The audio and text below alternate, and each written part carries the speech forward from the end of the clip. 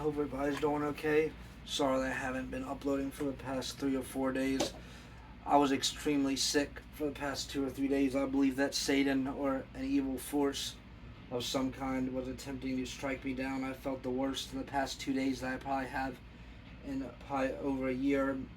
I would say several years, but thankfully I'm thankful to Yahweh that I'm feeling better now.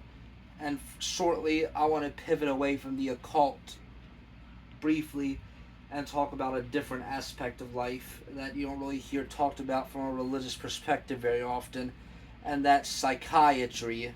And I'm going to explain why a Christian should not have any respect for American psychiatry. Um, First, we'll talk about who started it in America, and I would assume the majority of people have at least heard of Sigmund Freud. But before we get to him, I want to explain what exactly is wrong with the American psychiatry system.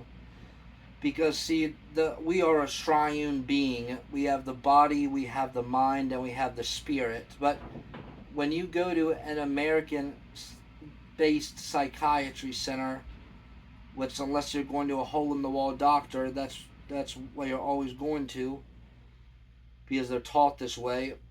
They don't believe that it's possible that something can be wrong spiritually. They evaluate you and they either say you have a chemical imbalance and something is wrong with your mind, which in some cases that can be the case. Some people unfortunately are plagued with mental issues.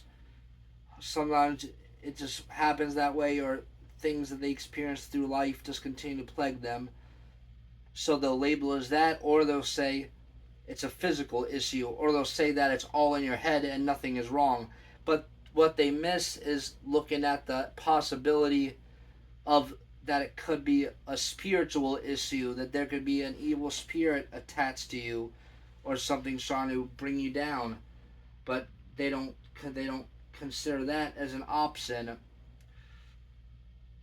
But so that's the basic problem with it. And as a Christian, we should have no respect for American psychiatry. But let's get on to this fool.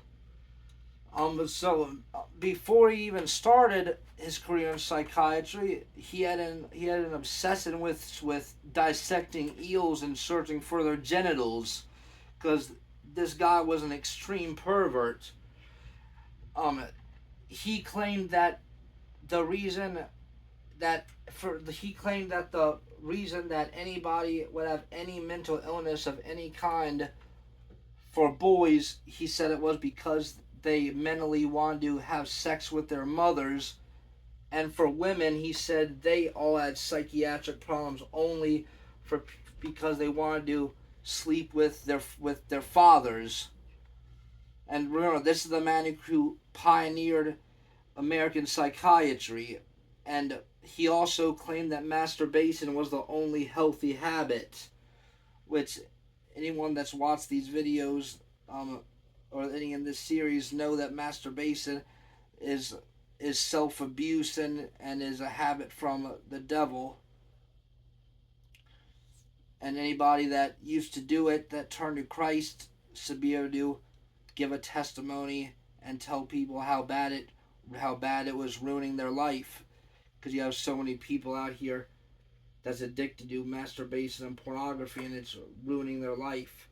He took a lot of inspiration also from Charles Darwin, so he was into Darwinism, which promotes um elitism, eugenics. Um, um, it was part of the reason Hitler went on the rampage, and it also is very pro-atheist.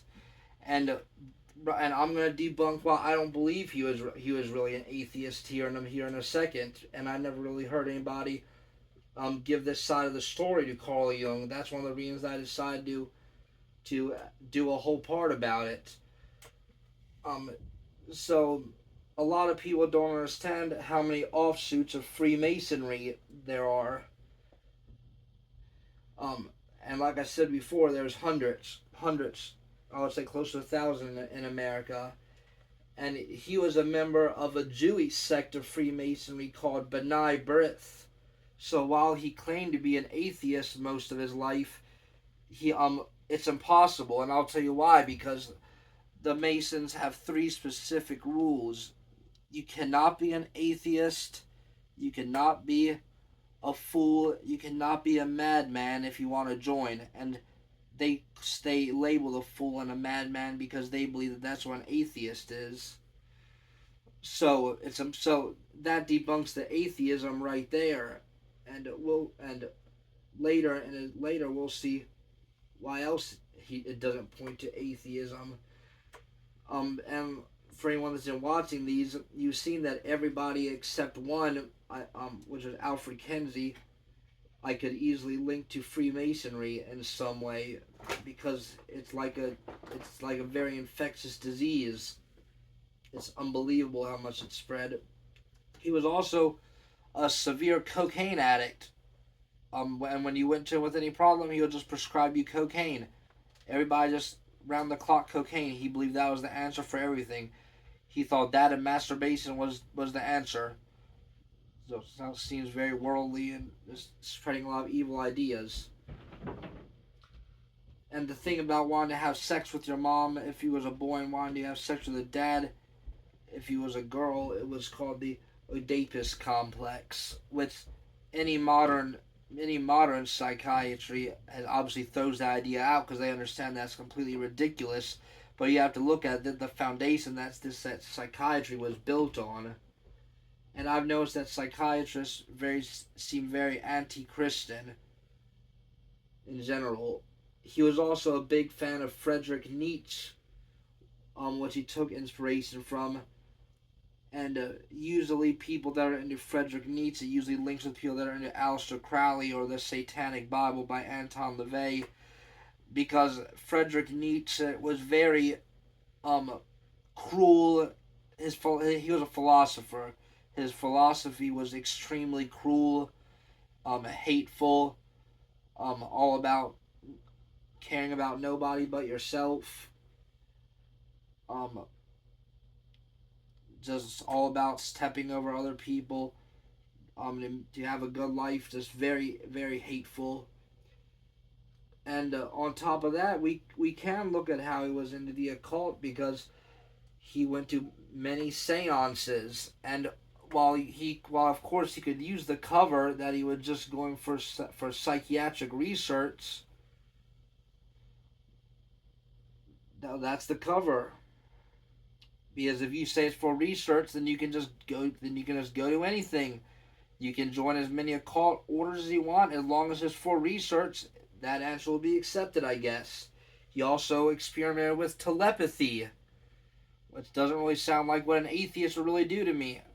I don't know about you, but I've never met any self-proclaiming atheist that goes to seances, experiments with telepathy, and usually them just being a psychiatrist wouldn't really be a legitimate excuse, because it's not. He was also into clairvoyance, which again is looking more to somebody that was an occultist, which is why he was addicted to sex. And cocaine also has a link in the occult and vampirism. A lot of people that are into vampirism are addicted to cocaine. He went to fortune tellers as well, so he believed in divination, which seems very contradictory to an atheist psychiatry standpoint. And he was also he was also the person that discipled Carl Jung, who actually corrupted psychiatry even more. And I'll be getting to him on a separate part, because I'm still trying to stick with the timeline. But it's to be obvious that anyone that looks into him, just the sexual things to be enough to tell you that you can't trust anything that was built upon this man. And like I said, the further I go into psychiatry, there's much more. Like Carl Jung, it exposes psychiatry a lot more, but that's for later. And I think that's about all for this. Have a good rest of the night.